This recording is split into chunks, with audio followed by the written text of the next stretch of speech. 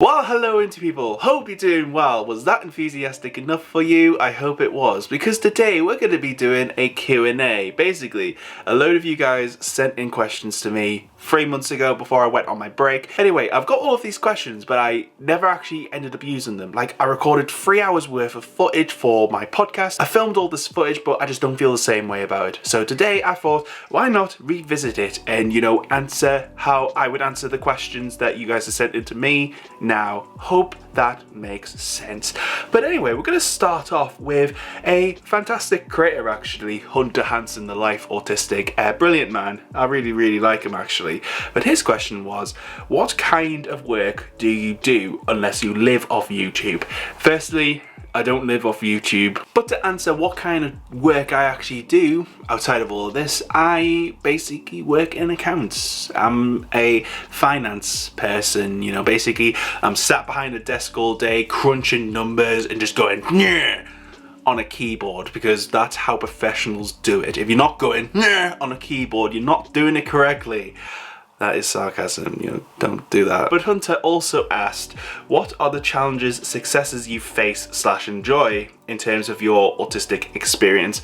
I guess the challenges are really social things for me, like just understanding people, because honestly, people are just weird. And I guess the other challenge as well is, managing change. I can't really deal with change very well, even if it's slight, even if someone has adjusted a process. I just don't really deal with it very well, being an autistic person. It's a bit of a stereotype, I know, but it is something that does affect me quite a lot with change, even if it's just like change of location or change of process, like I just said.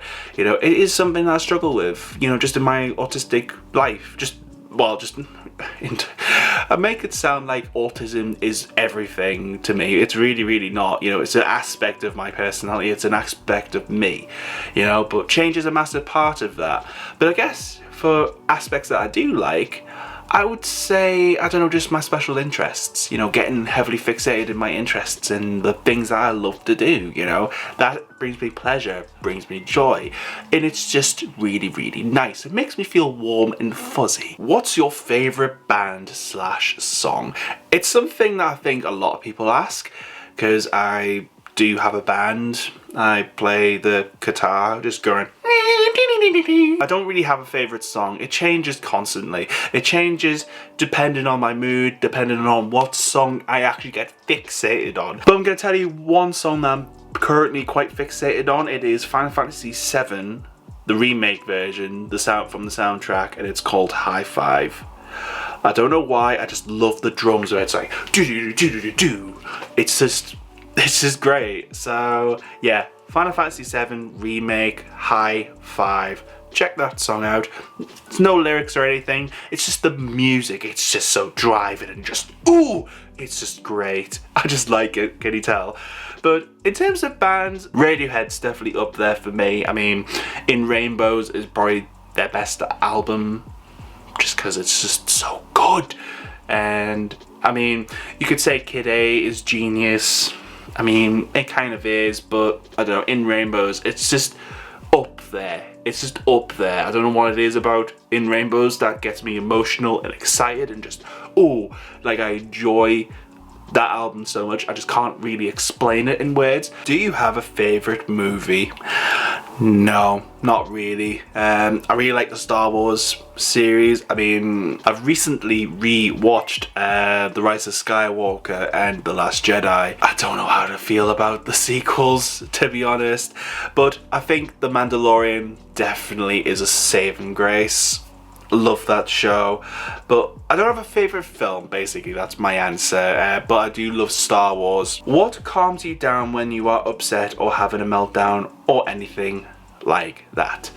I guess in terms of meltdowns, I have talked about them on the channel. I'll link a video up there, wherever it is. When I'm upset, I just need time for myself, after my fiance, being there and just to talk to kind of talk about what's wrong, to see if there's like a solution or a way around it, is quite helpful as well.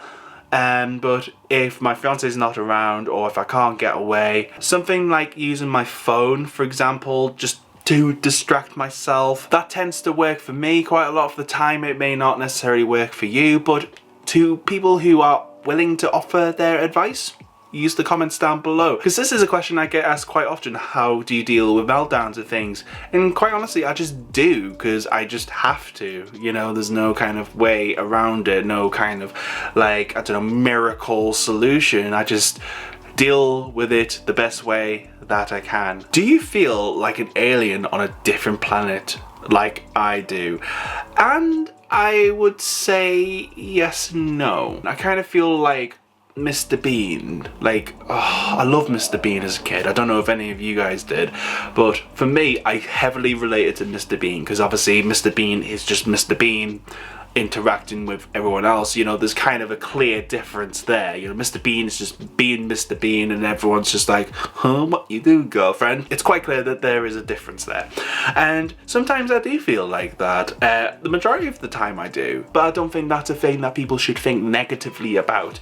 I think it's something that we should be embracing a lot more. If the world was to move with us, you know, by helping us, you know, we would not feel as alien as everyone potentially makes us feel, if that makes sense. What is the hardest thing you've had to face as an autistic person? What is the hardest thing I've had to face as an autistic person? Where do I begin? No, the hardest thing for me was when I was trying to find employment, because you know how interviews go sometimes. You know, prepare for this interview, you know, you think you know what you're talking about, and then you get into the interview and they ask you questions that just don't make sense, don't fit like the profile or the, you know, the job description that they themselves have put out. It just doesn't make sense. You know, this person's asking you about, you know, what character of a film you most relate to, or what animal do you think you are. And personally, I feel like a horse, because I, you know, kick butt with my rear. Yeah. Honestly, it's so fixed. It's so just like, you know, they have an expectation, and if you don't meet that expectation, it's just kind of like, oh, well, it didn't work out this time, sort of thing. And I heard it so often that it just became kind of a running joke, to be honest. Because in my heart of hearts, I knew I could do the work. I knew I could do what they were asking me to do. But it was a case of, I didn't know how to actually put it into words, or to sell myself in a way, which kind of hindered me quite a lot. And I think that's the thing with interviews, especially when it comes to autistic individuals. You know, we are kind of honest people. We will say if we don't know how to do something, and that puts us in a bad light just because we are honest about it. And also because we're not able to practically show that we can actually do the job a lot of the time, it hinders us that way as well, because it's like, you know, we may be very good at the job that they are asking us to do, or the job that we are going to interview for, but because of the questions, you know, it may make us appear like we're incompetent, or just don't know what the heck we are doing there in the first place. And it's just like, it's just infuriating. And for me, when I was constantly looking for work, and I do know quite a few people, you know, who've messaged me about this before, you know, employment and stuff, it's honestly just about keeping going, making sure you're trying to learn from the experience of interview that you had previously, pushing that into the next interview that you do. It's honestly just about making sure you just keep on going. The next question is something that parents might want to know, or might like to hear about.